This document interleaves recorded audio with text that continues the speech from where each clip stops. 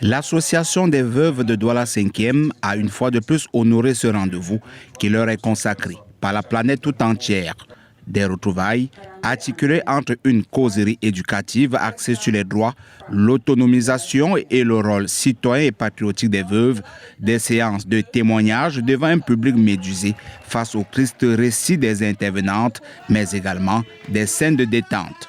Autant d'articulations qui leur ont permis de célébrer avec engagement cette 15e édition de la Journée mondiale des veuves. Nous voulons dire merci à Sa Majesté Ebanda, qui nous a toujours soutenus, qui ne nous abandonne pas. Il en a l'habitude.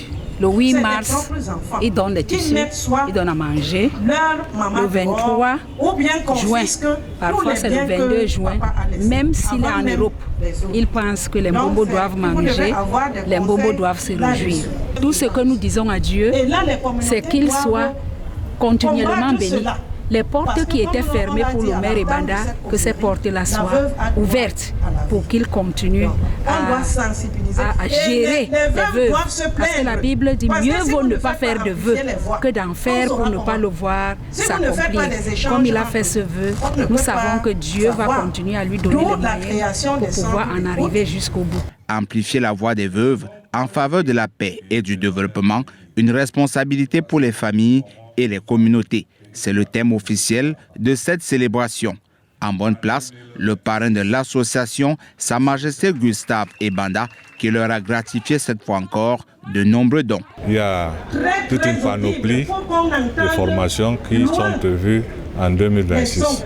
C'est pour cela que j'ai dit à mes vœux qu'on va toujours apprendre, parce que nous ne devons manquer de rien tant que nous pouvons nous-mêmes nous prendre en charge. Les formations vont nous aider pour l'autonomisation. Elles doivent apprendre que le Cameroun compte aussi sur elles, parce que leur voix compte. Et pour que leur voix compte, il faut qu'elles aillent s'inscrire massivement sur les listes électorales et même y amener leur famille, parce que nous avons besoin de toutes ces voix pour la paix au Cameroun. La remise de dons constituera ainsi l'un des moments forts, avec sur la place une mobilisation de plus de 200 veuves venues de divers coins de la ville de Douala. Nous sommes sur le terrain pour vulgariser le guide juridique d'accompagnement des veuves.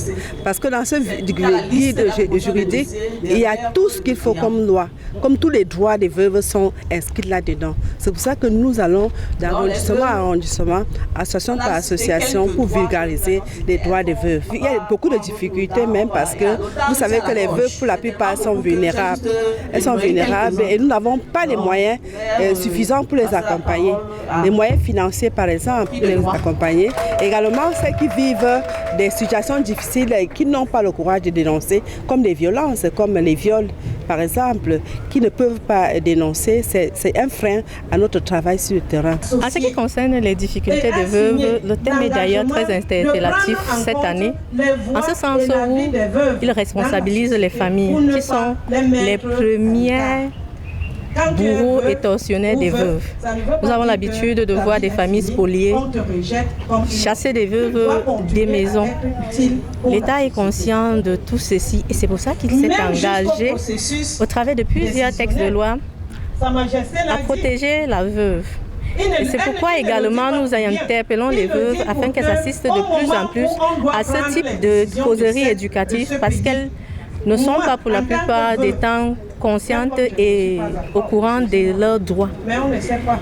Nous interpellons donc les veuves et nous les invitons, surtout celles de Douala 5e dont nous avons la charge, de venir constamment écouter leur présidente, Madame Gagne, qui nous reçoit aujourd'hui, afin d'être mieux édifiés et de ne plus se laisser spolier. Et tout au long de la soirée, des sourires se lisaient sur les visages des veuves, bien heureuses de communier avec les nombreux invités. Nous disons merci à notre parrain Gustave Ebanda qui ne cesse de penser aux veuves à tout moment. Que le Seigneur continue à lui ouvrir les portes pour nous nourrir. Nous ne faisons que remercier M. Ebanda, Gustave, qui continue à nous supporter au temps de malheur, tout.